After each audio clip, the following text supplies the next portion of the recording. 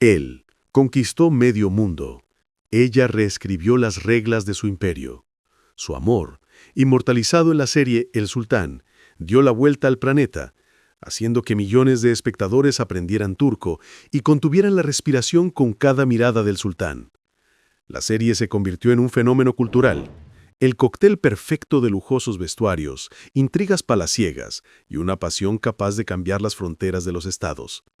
Solimán y Hürrem, interpretados por Khalid Erçens y Meryem Uzerli, entraron en nuestras salas como el arquetipo del romance, la tragedia y la lealtad sin límites. Pero, ¿y si detrás de esa deslumbrante fachada se esconde una historia mucho más oscura, compleja, y si se mira de cerca, mucho más interesante? Una historia donde el amor no es la causa, sino solo una de las herramientas en un gran juego geopolítico. Bienvenidos a los bastidores de El Sultán, donde la poesía cede su lugar a la política y el cuento de hadas a un cálculo frío y despiadado. La verdadera Roxelana no fue simplemente una esclava eslava que conquistó el corazón del sultán con suerte y belleza. Es una figura a la altura de Juego de Tronos, pero con un trono de hierro real. Su viaje desde un remoto pueblo en la frontera occidental hasta el corazón del Imperio Otomano no es un cuento de Cenicienta. Es un hackeo estratégico del sistema, comparable a la carrera del CEO más exitoso de su época. Ella no solo amaba a Solimán, se convirtió en su consejera más cercana, su ministra de propaganda, su visir en la sombra dentro del harén. Su correspondencia, que ha llegado hasta nuestros días, no son solo poemas de amor. Son despachos diplomáticos, informes financieros y consultas militares. La serie nos pinta una hermosa leyenda de un amor que superó todos los obstáculos. Los hechos históricos susurran otra cosa. Su unión fue una alianza estratégica, forjada en el fuego de guerras constantes, revueltas y una lucha despiadada por el legado. Solimán el Magnífico no rompió una tradición centenaria solo por los hermosos ojos de Hürrem. Se arriesgó a hacerlo porque en ella encontró una aliada cuya aguda inteligencia y voluntad política eran más poderosas que cualquier ejército.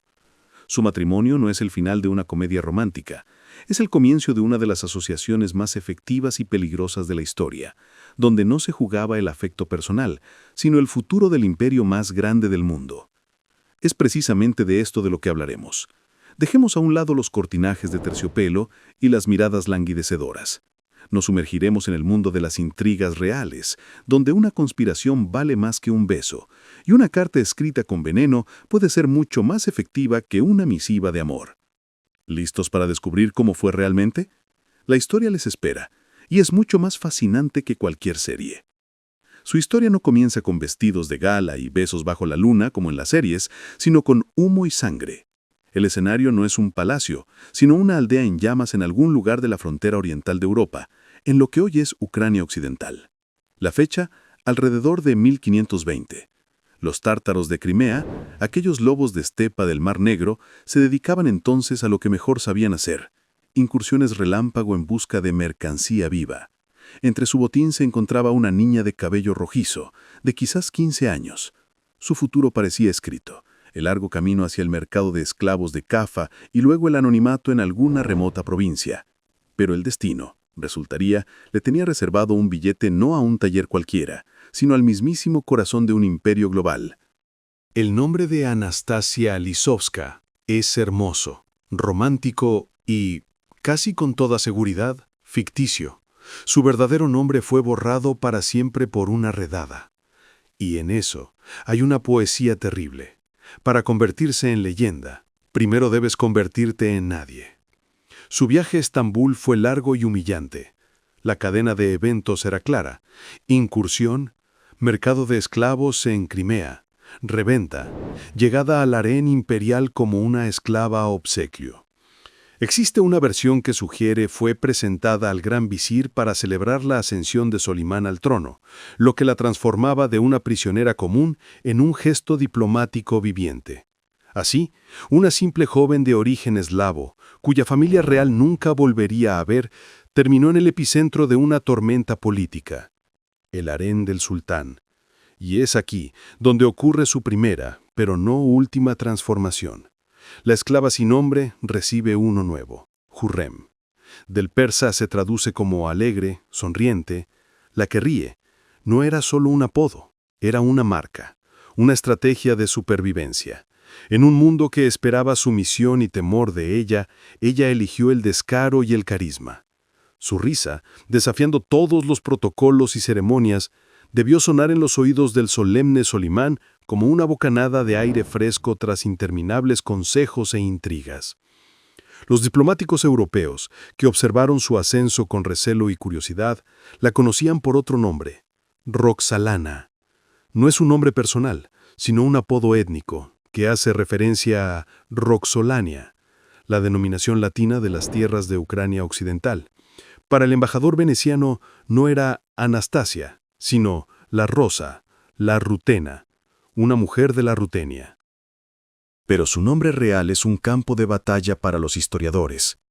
La versión dominante, casi épica y popular, afirma que al nacer se llamaba Alexandra, o, más poéticamente y con mayor probabilidad, Anastasia Lisovska, hija de un sacerdote ortodoxo del pueblo de Rogatín, en Galicia. Esta versión es una bonita leyenda que se ajusta perfectamente a la narrativa de la Cenicienta eslava, pero hay otros candidatos en su expediente. Ana Giska, la misma Nastia, pero ya sin apellido, simplemente una joven de las fronteras polaco-ucranianas. Los escépticos, sin embargo, estrellan esta imagen romántica contra la dura roca de los archivos. No se ha encontrado ningún testimonio documental de la familia Lisovska de Rogatín coetánea a Jurán. La versión de la hija del sacerdote surge solo en el siglo XIX como la heroína de una novela histórica en busca de sus raíces. La realidad probablemente fue mucho más prosaica. Su origen pudo ser menos elevado, no la hija de un clérigo, sino una simple campesina de una comunidad ortodoxa de Podolia. Su verdadero nombre se hundió en el olvido junto con ese mundo que abandonó para siempre al cruzar el umbral de un mercado de esclavos. Así que olviden a la Anastasia romántica que sueña con un príncipe. La Jurrem real es el producto de un trauma y una fuerza de espíritu increíble. Fue arrancada de su mundo, despojada de su nombre, su familia y su pasado. Pero en lugar de quebrarse, usó ese vacío como un lienzo en blanco. No tenía raíces, y por lo tanto tampoco puntos débiles a los que sus enemigos pudieran aferrarse. Fue la mujer hecha a sí misma perfecta, en un mundo donde las mujeres ni siquiera tenían derechos sobre sí mismas.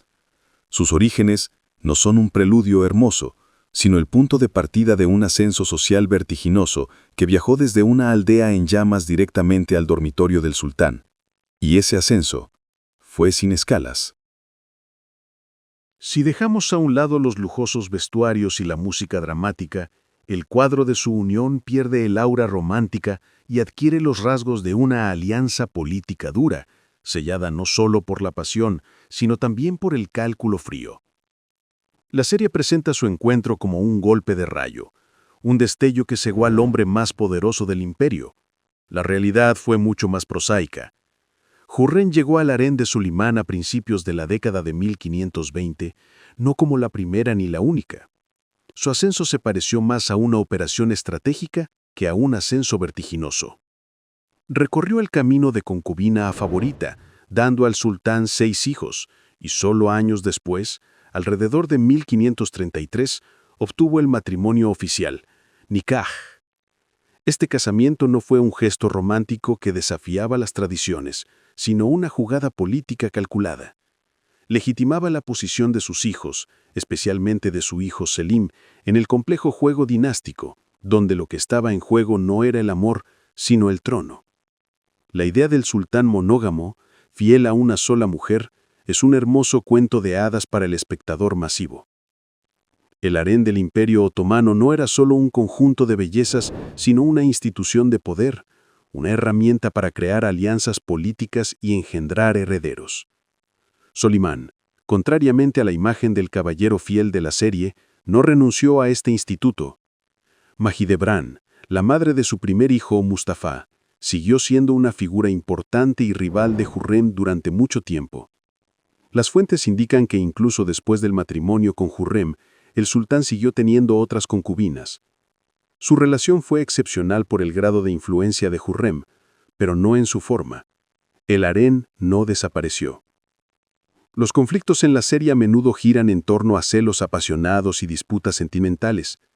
En la vida real, las apuestas eran más altas y los métodos más duros. Su vínculo no fue una marcha continua al son de una sinfonía de amor, fue un tándem estratégico. Hürrem se convirtió en los ojos y los oídos del sultán en los asuntos internos del harén y en parte del Estado. Su intensa correspondencia, que ha llegado hasta nuestros días, no es solo una colección de cartas de amor, sino un documento de asociación política. Fue ella quien impulsó el nombramiento de su yerno, Rustem Pasha, como gran visir, creando una poderosa facción de Hürrem en la corte. Su influencia se extendió incluso a la diplomacia internacional. Mantuvo una activa correspondencia con el rey de Polonia, Segismundo II Augusto, desempeñando el papel de poder blando del Imperio Otomano. Por lo tanto, la unión de Solimán y Hürrem, en la realidad, es un híbrido de pasión y pragmatismo. Él no negó toda una institución de poder por ella, sino que la usó con maestría, elevando a su favorita a una altura sin precedentes, y ella, a su vez, no era simplemente una chica astuta de Rojatín, sino una genial política en condiciones de rígidas limitaciones que transformó las relaciones personales en una herramienta confiable para construir su propia dinastía dentro de la gobernante. Su historia no es un cuento de hadas sobre Cenicienta y el príncipe, sino una compleja partida de ajedrez, donde las piezas eran personas y el premio, el legado del imperio más grande de su tiempo. Si en la serie, el harén se asemejaba a una arena de gladiadores donde las batallas se libraban con venenos, chismes e histeria, el verdadero palacio de Topkapi se parecía más a una oficina corporativa silenciosa y gélida. Aquí no gobernaba la pasión, sino el protocolo, y no había lugar para peleas repentinas en los pasillos, solo movimientos calculados, como en el ajedrez, donde la apuesta no era el favor temporal del sultán, sino el futuro de todo un imperio. Los guionistas de El Sultán convirtieron la rivalidad entre Hürrem y Mahidevran en una guerra personal entre dos mujeres obsesionadas con un mismo hombre. Es dramático, es comprensible, pero es mentira. Su verdadero duelo no era por un lugar en la cama de Suleimán, sino por el trono que ocuparía uno de sus hijos. Mahidevran, como madre del primogénito Mustafa, ocupaba inicialmente la posición estratégica más ventajosa. Su hijo era considerado el principal pretendiente. Hürrem, madre de Mehmed y luego de Selim y Bayezid, era la outsider que tenía que cambiar las reglas del juego mismo. Sus métodos también carecían de la teatralidad de la serie. Nada de perfumes envenenados o serpientes colocadas a escondidas. Su arma eran los rumores, maestramente susurrados en los oídos adecuados, y los sutiles ataques psicológicos. Los historiadores aún debaten uno de los episodios más oscuros: la muerte del príncipe Mehmed, el hijo favorito de Suleimán con Hürrem, en 1543. Surgieron susurros de que el bando de Mustafa podría haber estado involucrado. ¿Era cierto? Probablemente no. Pero el mero hecho de que tales rumores pudieran existir e influir en el equilibrio de poder habla más del nivel de tensión que cualquier escena de gritos y bandejas volcadas de la serie. Incluso el papel de Suleimán en estas guerras soterradas fue reescrito por los guionistas hasta quedar irreconocible. En la serie es un árbitro eterno, desgarrado entre sus sentimientos por las mujeres y obligado a mediar personalmente en cada una de sus disputas. El verdadero Suleimán el Magnífico, un gobernante cuyos días estaban ocupados entre campañas militares y reformas de Estado, no se rebajaba a resolver riñas domésticas en el harén. El harén tenía su propia jerarquía rígida y jurisdicción interna, administrada por la valide. El sultán solo intervenía cuando una intriga crecía hasta convertirse en una amenaza para la dinastía, como ocurrió en los actos finales de las tragedias de Mustafa y Bayezid. Es aquí donde llegamos a la diferencia principal. En la serie, una intriga a menudo termina con una reconciliación emocional o una victoria táctica de una de las partes. En la realidad, los finales fueron mucho más sombríos e irreversibles. Esta no es la historia de dos mujeres que se pelean y se reconcilian. Es la historia de una purga sistemática llevada a cabo por el equipo de Hürrem y su yerno, el gran visir Rustem Pasha. Su trabajo decidido y de años para desacreditar al príncipe Mustafa en los ojos de su padre condujo no a su exilio, sino a la orden de ejecución. Suleimán personalmente sancionó el asesinato de su propio hijo, creyendo en su supuesta traición inminente. En la serie, el ascenso de Rustem Pasha se presenta como pura intriga, el yerno astuto, la mano derecha de Hürrem, colocado en el poder para eliminar enemigos. En la vida real, este movimiento se parecía más a una fusión de dos corporaciones. El matrimonio de su hija Mihrima con el prometedor funcionario Rustem Pasha no fue una conspiración, sino una alianza estratégica. Suleimán veía en Rustem un administrador y financista eficaz, capaz de poner orden en las arcas del Estado. Hürrem obtenía así, no un peón, sino un canal oficial de influencia sobre el aparato estatal. No era un pacto secreto, sino una demostración pública de fuerza del nuevo equipo, el sultán, su esposa y su hombre de confianza. Es a través de este prisma que debe verse toda su política. Si en el sultán su participación en los asuntos de Estado es un chantaje emocional, ¿cómo puedes ir a la guerra contra los persas si nuestro hijo podría morir? En la realidad fue una diplomacia fría y calculadora. Mantuvo una correspondencia activa con el rey polaco Segismundo II, a quien llamaba querido hijo. Intercambió cartas con el zar persa Tahmasp I, intentando influir en su postura hacia los príncipes otomanos. Sus misivas al dux de Venecia y al rey francés Francisco I estaban llenas de sutiles insinuaciones políticas y demostraciones de poder. Esto no era la injerencia de una mujer en la política, era el trabajo de la segunda figura más importante del imperio después del propio sultán. Su principal herramienta para legitimar su poder no fue la intriga, sino la arquitectura. En el Imperio Otomano, la construcción era política esculpida en piedra. El complejo de Haseki Hürrem en Estambul, diseñado por el gran arquitecto Mimar Sinan, no era solo una mezquita y un comedor de pobres. Era un mensaje contundente para todo el imperio. Estoy aquí. Soy una fundadora. Soy una benefactora. Mi poder no es un capricho temporal del sultán, sino parte integral del paisaje de la capital. Y su complejo benéfico en Jerusalén, con su comedor gratuito y hospicio, fue un gesto geopolítico que consolidaba la presencia otomana en una ciudad sagrada para 3 religiones. Sí, la lucha por el trono entre su hijo Bayaceto y el heredero Mustafa fue despiadada, pero la serie la reduce a la venganza personal de una concubina celosa. En la realidad, fue un conflicto dinástico clásico, un choque entre 2 facciones en la corte, la vieja guardia que apoyaba a Mustafa y el nuevo equipo de Hürrem y Rustem. No fue una riña de harén, sino una lucha por el futuro rumbo de todo un imperio. La trágica ejecución de Mustafa fue el resultado no de las calumnias de Hürrem, sino de un complejo juego político en el que Suleimán, como gobernante supremo, tomó la decisión final al ver a su hijo como una amenaza potencial para su poder. Hürrem no era un ángel, era un producto de su época, despiadada, patriarcal y llena de peligros. Pero su fuerza residió no en su habilidad para urdir intrigas, sino en su capacidad sin precedentes para crear y liderar su propia plataforma política dentro del sistema otomano. Transformó el papel de favorita en un instituto de poder comparable en influencia a la de los grandes visires. Si las crónicas otomanas del siglo XVI hubieran llevado un ranking de personajes escandalosos como las revistas del corazón actuales, Hürrem Sultán habría ocupado persistentemente el primer lugar. Olviden la imagen romantizada de la serie. A los ojos del establishment de su época, ella no era una esposa amorosa, sino el caos personificado, envuelto en sedas y perlas. Tomen los escritos del historiador de la corte, Hoca Saadettin. Su texto no es un reporte neutral, sino una acusación contundente. Él describe a Hürrem como un ser que hechizó al sultán con encantamientos de brujería. Cada una de sus acciones, dar a luz no a uno, sino a varios príncipes, un matrimonio sin precedentes con Solimán, sus consejos políticos, se interpreta no como un logro personal, sino como una transgresión del orden sagrado. Para la élite otomana, cuyo mundo se construía sobre tradiciones, ella era la encarnación viviente de la herejía. Jugaba con sus propias reglas, y eso provocaba no simple indignación, sino un terror visceral. Este miedo se materializó en la caída de figuras poderosas. La ejecución del gran visir Ibrahim Pasha en 1536.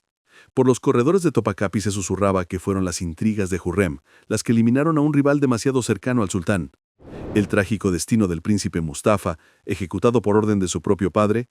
Los cronistas apuntaban casi con el dedo hacia el harén, hacia aquella astuta esclava que allanaba el camino al trono para su hijo Selim. Se la acusaba de haber puesto en marcha el mecanismo del sultanato de las mujeres, una era en la que la política del imperio la comenzarían a definir no los genízaros y los visires en el diván, sino las concubinas y las madres en el harén.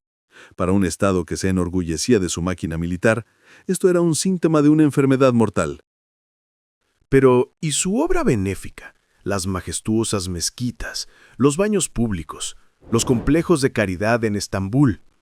Las fuentes otomanas pasan por alto estos hechos como si fueran decorados. Su atención está cautiva por el drama. Estos actos o eran silenciados o se ahogaban en un mar de críticas.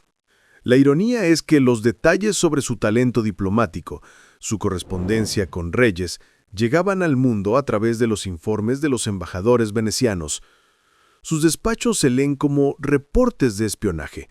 Registraban con fría precisión la influencia de Roxelana sobre el sultán, viendo en ella una pieza clave para la política europea. Sí, Solimán le dedicaba poemas apasionados, llamándola la única e incomparable. Pero la historia oficial separaba la vida personal del monarca de su imagen pública. Los cronistas solo veían una amenaza para la estabilidad dinástica. Al promover a Selim II, quien pasaría a la historia con el apodo de El Borracho, Hürrem, desde su perspectiva, no fortalecía el imperio, sino que lo debilitaba, anteponiendo el afecto maternal a los intereses del Estado. Su historia real en las crónicas otomanas no es una novela de amor. Es un thriller sobre cómo una mujer desafió a todo un sistema y, en opinión de sus contemporáneos, casi lo derrumba. La serie presenta la sucesión al trono como una venganza personal, una partida de ajedrez gigante donde las piezas son los hijos y Hürrem es el gran maestro moviéndolos por un tablero sangriento. La realidad fue menos pomposa, pero mucho más despiadada. Aquí no había lugar para los sentimentalismos, solo para el frío cálculo de la dinastía otomana, donde el principio de un trono, un heredero, era la ley de la supervivencia. Tomemos la historia de Shehzade Mustafa. En la pantalla es una tragedia épica, un príncipe noble, calumniado por la intrigante Hürrem y su yerno Rustem Pasha, camina hacia la muerte debido a una carta falsa. La cámara captura de cerca el miedo en los ojos de Suleimán y el triunfo de Hürrem. En la vida real todo fue más prosaico y más terrible. Mustafa no era simplemente un medio hermano, era el símbolo viviente del viejo bando, los genizaros y los visires que veían en Selim, el hijo de Hürrem, a un gobernante débil e indigno. Su ejecución en 1553 no fue el triunfo del amor maternal, sino la purga preventiva de un rival político.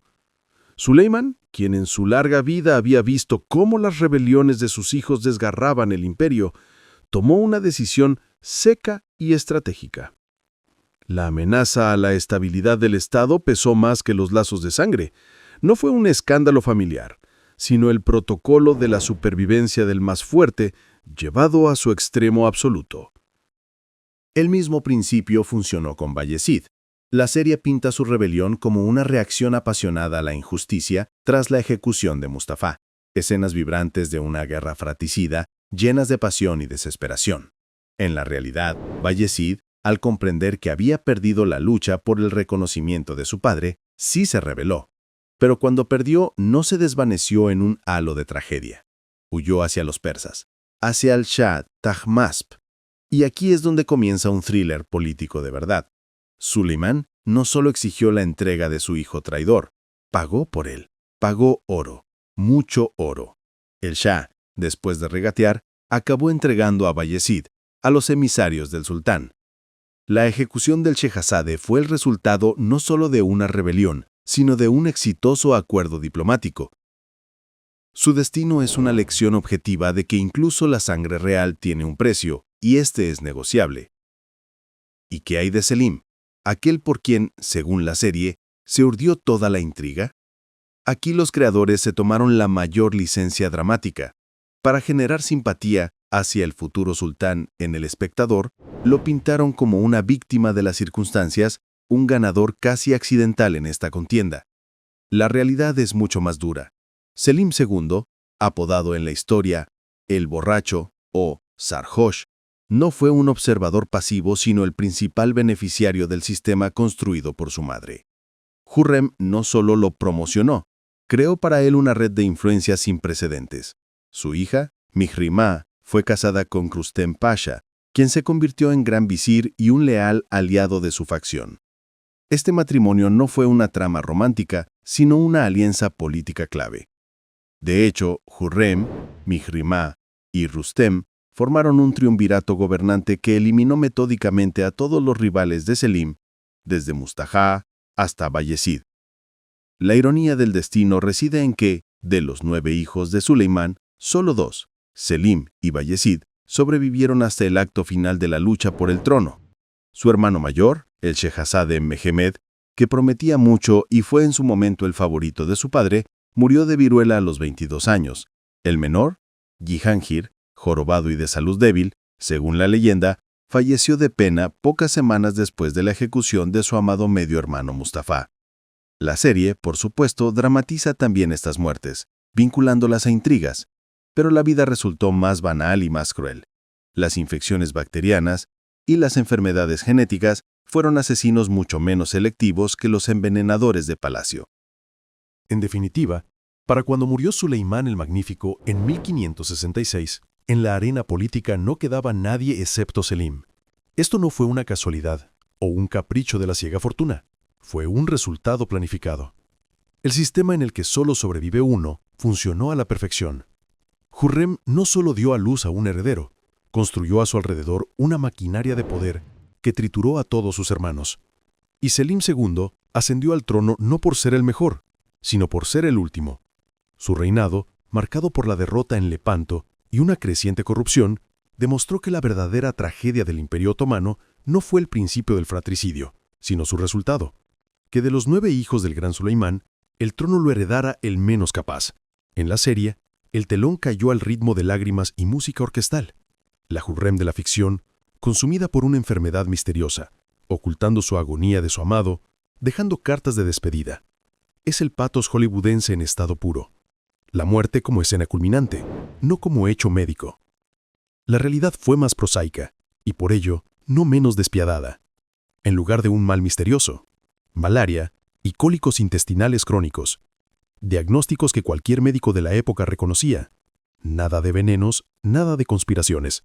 Solo la enfermedad agotando metódicamente, día a día, el cuerpo de una de las mujeres más poderosas del Imperio Otomano. Su declive fue largo, y Suleimán estuvo a su lado durante esos últimos años pesados, no para recibir una última y dramática confesión, sino para compartir con ella la rutina de la decadencia. Eso no es drama, es la cotidianidad de la muerte.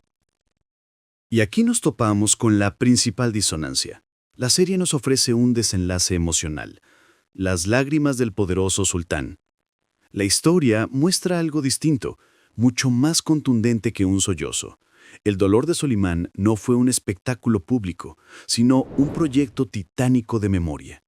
Mientras Hürrem aún vivía, él comenzó a construir su mausoleo, no después en un arranque de dolor, sino con anticipación.